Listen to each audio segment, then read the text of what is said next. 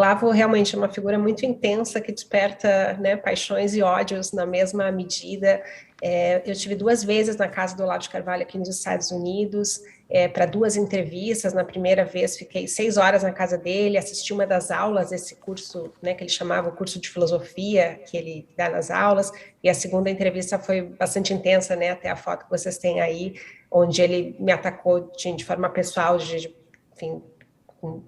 tratamento típico que ele costuma dar aos jornalistas, né? Ele tem uma visão muito da guerra cultural, dessa questão, todos os jornalistas são comunistas, estão a serviço da esquerda, então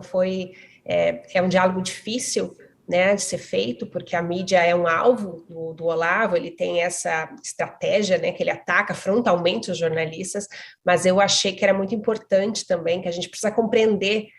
enfim, né, quem era o Olavo, a influência que ele tem, porque o Olavo explica muito do que a gente está vivendo hoje no Brasil. O Olavo ajudou a formar essa geração que hoje está no poder, né, enfim, muito antes do próprio Bolsonaro emergir, o Olavo já estava fazendo a formação dessa geração, e eu acho que só descaracterizar ele, às vezes, como se faz costumeiramente, né, dizendo que ele é um maluco ou que um lunático, eu acho que isso não ajuda muito para a gente esclarecer, entender o que a gente está vivendo. Então, foi um contato realmente muito intenso, difícil, né, porque ele me atacou bastante pessoalmente enfim, de todas as formas, usando todo tipo de adjetivos, como ele ensina, aliás, que ele acha que a esquerda precisa ser atacada, e os jornalistas estão nessa categoria, mas eu acho que eu aprendi bastante coisa também nessa experiência Sim. profissional. Ô Letícia, qual que foi a influência dele na tua avaliação para esses líderes hoje da extrema-direita e também da chamada ala ideológica do governo, né? Que já foi mais forte, já foi mais presente. Tivemos ministros como Weintraub na educação, Ernesto Araújo foi o chanceler nas relações internacionais também. Qual que é o papel de Olavo de Carvalho, foi esse papel na construção do imaginário, né? Das ideias dessas pessoas? O Olavo, ele é o grande arquiteto intelectual da nova direita no Brasil, né? Ele ajudou a formar essa geração que hoje está no poder. Então, muito antes, né? Até lá em 2012 ainda, o Olavo já era uma referência para figuras como o Flávio Bolsonaro, que até quando ele era deputado estadual no Rio de Janeiro, deu uma homenagem, um título, né, a medalha Tiradentes, se eu não me engano, ao Olavo. Então, ele foi nos Estados Unidos já para dar essa medalha. Então, lá em 2012, ainda antes até das manifestações de 2013, quando depois as pessoas cantavam na rua dizendo que o Olavo tinha razão, né? O Olavo tem razão, virou um dos mantras nas manifestações de 2013. O Olavo já era uma referência para esse movimento que na época era muito isolado, que ninguém levava muito a sério, né? O Bolsonaro já era deputado, mas era tratado também como alguém era meio ridicularizado, era tratado como um extremista meio amalucado, assim, que tinha umas posições homofóbicas, e o Olavo já era uma referência para essas pessoas, porque há muito tempo o Olavo já fazia esse trabalho, né? Ele começou primeiro como colunista de jornais, ele publicava aquelas colunas também como alguém muito enfim, né, extremista, com uma visão isolada, mas ele tinha essa visão, e eu acho que o Olavo teve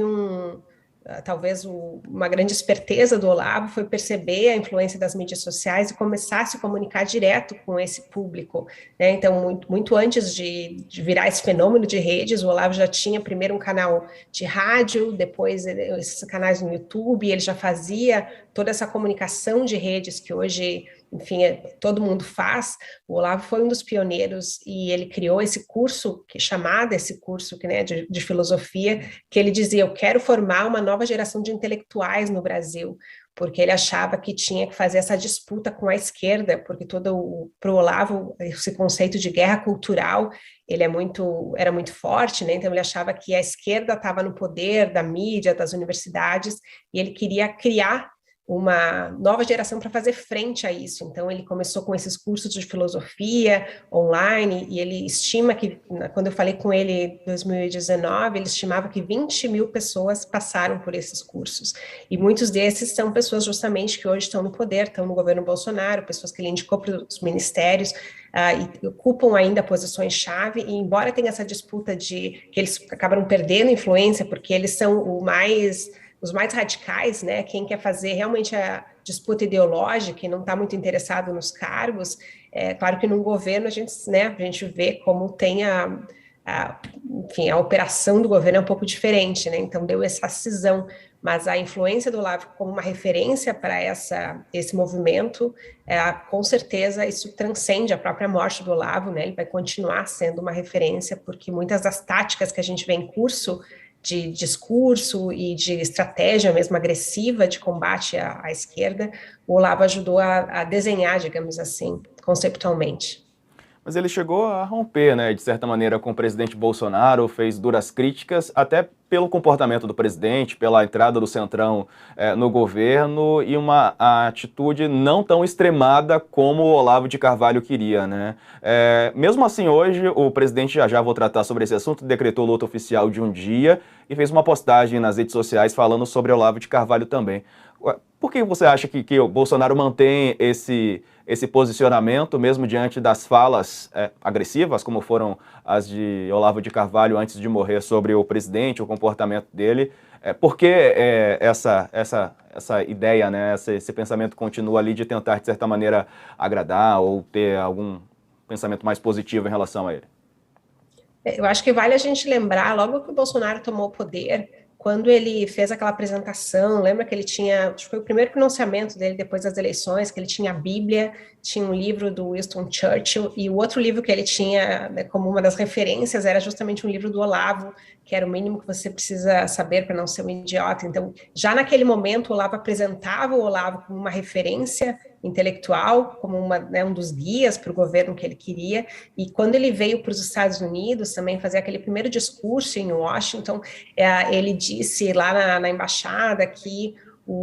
toda a revolução que o Brasil estava vivendo, a gente devia, em grande parte, ao Olavo. Né? Então, o próprio presidente fez esse reconhecimento, e eu acho que enfim, a série de homenagens que o Olavo recebeu ao longo do governo, e agora também, né, as homenagens que estão sendo feitas, é um reconhecimento a todo esse papel que o Olavo teve na construção, né, nessa vitória mesmo, do próprio bolsonarismo estar no poder. O Olavo tem uma contribuição que é muito maior do que esses eventuais desentendimentos, né, coisas que ao longo do governo foram se colocando, mais circunstanciais, porque se você vai olhar no coração, né, dos valores, do que está no cerne desse governo, do que ele representa, o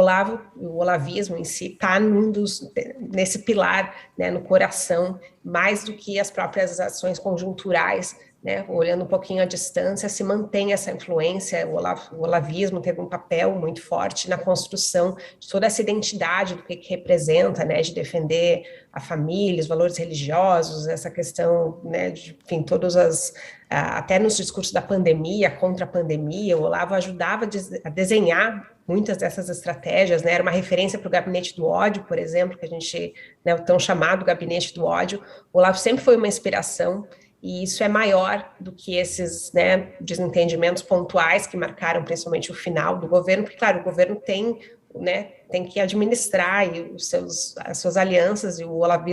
Olavo cobrava muito, né, uma coisa mais radical que ele gostaria que o Bolsonaro fosse. Mas se a gente pensar, o próprio presidente sinalizou muitas vezes que gostaria de tomar esse caminho mais radical e só não tomou porque, né, para poder se manter no poder. Mas me parece que isso é muito mais uma questão de aliança do que propriamente de um rompimento ideológico, né? Não houve rompimento ideológico de verdade em nenhum momento, eles compartilham as mesmas visões.